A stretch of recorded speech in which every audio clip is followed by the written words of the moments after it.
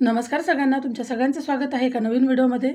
आज मी करणार आहे सिमला मिरचीची भाजी म्हणजेच ढोबळी मिरचीची भाजी। त्यासाठी कढई ठेवली आहे, तेल तापायला ठेवले आहे। कढईमध्ये तेल छान तापू द्यायचे, त्यानंतर मोहरी टाकायची त्यामध्ये, त्यानंतर लगेच त्यामध्ये जिरे टाकून घ्यायचे आहेत, फुलू द्यायचे छान जिरा आणि मोहरी। त्यानंतर आपल्याला थोडी कोथिंबीर टाकायची त्यामध्ये आणि त्यानंतर चिरून घेतलेला कांदा टाकायचा आहे त्यामध्ये। बारीक चिरून घेतला कांदा तो टाकून घ्यायचा त्यामध्ये। आता हे छान कांदा आपण परतून घेऊ, थोडासा पारदर्शक होईपर्यंत आपल्याला हा कांदा परतून घ्यायचा आहे। त्याचा कच्चेपणा गेला पाहिजे सगळा कांद्याचा। त्यानंतर मी एक टोमॅटो मिक्सरमध्ये फिरवून घेतलाय, टोमॅटोची पेस्ट करून घेतली, ती टाकून घ्यायची आपल्याला। टोमॅटो नाही टाकला तरी चालतो, टोमॅटो पूर्णपणे ऑप्शनल आहे, पण मला आवडतो म्हणून मी त्यामध्ये टाकली टोमॅटोची पेस्ट। तर आपल्याला छान याला तेल सुटेपर्यंत परतून घ्यायचे। बघा छान तेल सुटले, आता छान परतून झाले आपला टमाटा आणि कांदा। आता यामध्ये आपल्याला चिरून घेतलेली बारीक सिमला मिरची टाकायची आहे। मी बारीक फोडी करून घेतल्यात सिमला मिरचीच्या, त्या आपल्याला त्याच्यामध्ये टाकून घ्यायचे आहेत।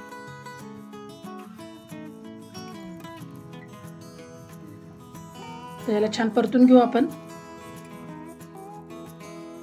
आता आपल्याला ह्या फोडी याच्यामध्ये शिजवून घ्यायच्या आहेत सिमला मिरचीच्या। आता याच्यावर मी झाकण ठेवून याला छान शिजवून घेते।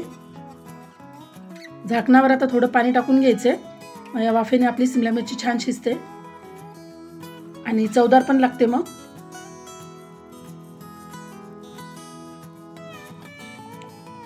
झाकण काढून आपण परत एकदा भाजी परतून घेऊ छान।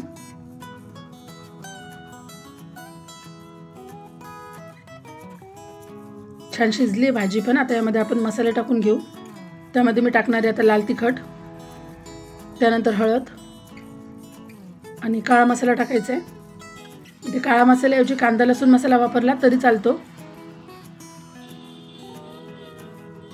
चवीमध्ये थोडा फरक पडतो। काळा मसाल्याची चव वेगळी लागते आणि कांदा लसूण मसाला टाकलं भाजीची चव थोडी बदलते। आता जे झाकणामध्ये आपण पाणी टाकून घेतलं होतं तेच पाणी आपल्याला कढईमध्ये टाकून घ्यायचं आहे, भाजीमध्ये टाकून घ्यायचं आहे आपल्याला।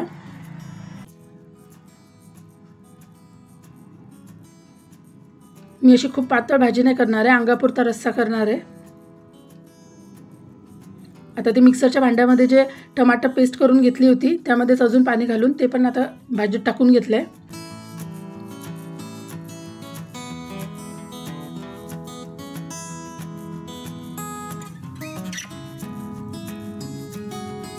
तर आपल्याला छान उकळून घ्यायचं आहे भाजीला। छान कलर आलाय, बघा किती छान कलर आलाय। आता यामध्ये आपण चवीनुसार मीठ टाकून घेऊ आणि थोडीशी कोथिंबीर टाकली अजून वरून।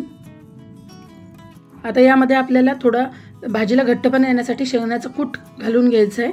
शेंगदाणे भाजून छान त्याचा कूट करून घेतलाय, तो त्यामध्ये टाकून घ्यायचा आहे भाजीमध्ये, याने आपल्या भाजीला थोडा दाटसरपणा येईल। छान छान सगळा कूट आता मिक्स करून घ्यायचा आहे आणि झाकण ठेवून याला 2 मिनिटं शिजून घ्यायचं आहे। छान 2 मिनिटांनंतर बघा छान आपली भाजी छान शिजली आहे आणि कलर पण छान आलाय भाजीला। झाली आपली सिमला मिरचीची पटकन होणारी भाजी। अगदी घरात उपलब्ध असलेल्या साहित्यात मसाल्यांमध्ये पटकन भाजी बनवून तयार होते। व्हिडिओ कसा वाटला नक्की सांगा आणि व्हिडिओ आवडला असेल तर नक्की व्हिडिओला लाईक करा आणि चॅनलला पण सबस्क्राईब करून घ्या। छान अशी आपली सिमला मिरचीची भाजी तयार आहे। आपण ही डब्यामध्ये पण देऊ शकतो।